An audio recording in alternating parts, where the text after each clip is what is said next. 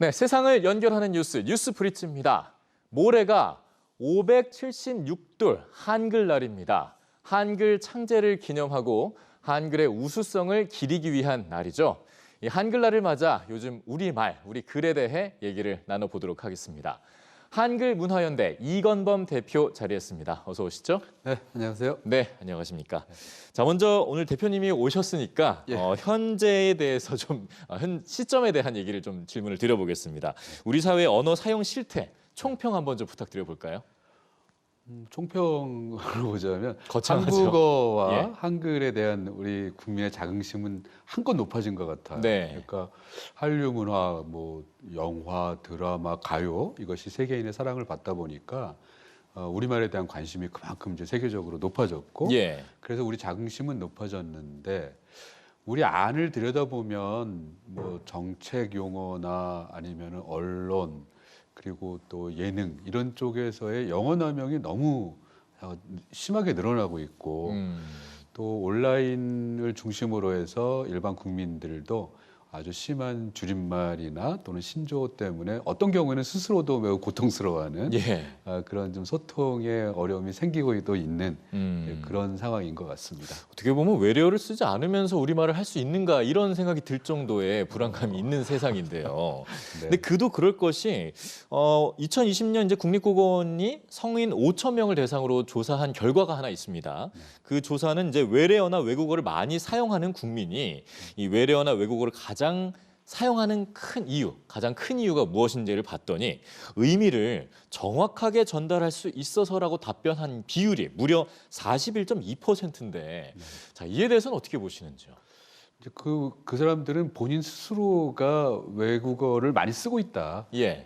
이제 판단하는 사람들이기 때문에 그 중에 40%가 이 말로 전달하지 않으면 뭔가 내 뜻을 제대로 전달하지 못할 것 같다라는 강박관념을 느끼는 거죠. 사실 많이 듣고 또 많이 쓰다 보면은 그런 말이 익숙해지는 거는 우리 입이나 귀에만 익숙해지는 게 아니라 머릿속에서 그것이 익숙해지기 때문에 그럴 경우에는 뭔가 그 다른 우리말로 이걸 바꿔서 써봐라 할 때 괜히 막 밥 먹을 때 모래가 막 어석어석 씹히는 것 같은 그런 느낌을 이제 받을 수밖에 없겠죠. 예. 근데 이제 그런 과정에서 좀 문제가 되는 것들이 우리가 뭐 컴퓨터나 뭐 이런 말들 또 디지털, 온라인 이런 말들은 참 바꿀 수도 없었고 순식간에 퍼졌기 때문에 다른 말로 바꾸자고 하면 좀 이상하겠지만 어렵습니다. 예, 예. 그렇죠. 근데 이제 문제가 되는 거는 사실 그런 말들보다도 우리가 영어 남용에서 문제가 되는 거는 이미 우리한테 있던 말인데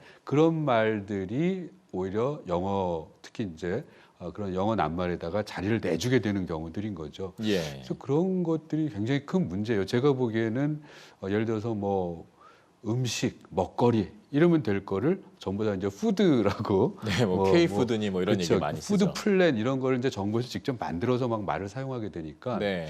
이런 것들이 이제 문제겠죠. 그리고 그 약식 회견 이렇게 처음부터 얘기를 했으면 되는데 이런 걸 뭐 도어 스태핑이라고 먼저 얘기를 해버리기 시작하면은 그때부터 다른 말을 사용하게 될 때 뭔가 이상하다는 느낌을 갖게 되는 겁니다. 아주 대표적으로 우리가 코로나 시국 때 네. 뭐 추가 접종이라고 처음부터 했으면 되는데 이거를 자꾸 언론에서 부스터샷이라고 계속 불렀던 거예요. 그러면은 누군가는 특히 이제 어떤 언론인들조차도 내가 이걸 부스터샷이라고 표현하지 않으면 뭔가 좀 제대로 뜻을 전달하지 못할 것 같다라는 그런 생각을 갖게 되는 거죠. 예. 그런 과정에서 우리말들이 이제 자리를 잡고 외국어한테 내줘야 되는 그런 상황이 예를 들면 뭐 심성, 마음 이렇게 했던 거를 이제 마인드라고 하지 않으면은 예. 뜻을 뭐 전달하지 못할 것 같다 이런 생각을 하는 거죠. 돌봄이라고 할 거를 다 케어라고 해야 되고 막 예. 이런 그런 상황인 것 같습니다. 마치 공공 언어가 그쪽인 것 같은 착각을 불러일으키는 것 같습니다.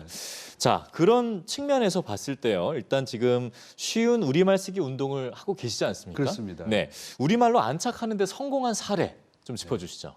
뭐 저희가 추진하지 않았지만 정말 자연스럽게 된 게 네티즌이라는 말을 다 누리꾼으로 바꿨어요, 우리가. 그래서 최근에 저희가 많이 이제 바꿔낸 게 서로 이렇게 공유가 되고 호응이 돼서 그 홈페이지나 사이트라는 말을 이제 누리집으로 예. 다 바꿔가고 있죠. 그래서 많이들 바꾸셨고 그다음에 특히 이제 기차역 앞에 그 환승 정차 구역이라고 했으면 되는 건데 이거를 맨 처음에 키스 앤 라이드라고 네. 그것도 영문 로마자로 이렇게 적어놨던 그런 그 표시 구역들이 있었는데 이거 전부 다 이제 환승 정차 구역으로 이제 바뀌었고 네. 뭐 그밖에도 그 특히 이제 위험한 말이죠. 네. 이 땅꺼짐으로 바꿔 쓰면 될 거를 꼭 싱크홀이라고 했었어요. 근데 이런 말들이 이제 땅꺼짐으로 상당히 많이 바뀌어서 그 국민들의 안전, 생명 이런 쪽에도 충분히 용어로서의 역할을 하게 된 거예요. 근데 또 한편에서 보면요. 이미 들어온 외국어를 그렇게 꼭 어색한 우리말로 바꿔 써야 되느냐. 오히려 그게 어색하다.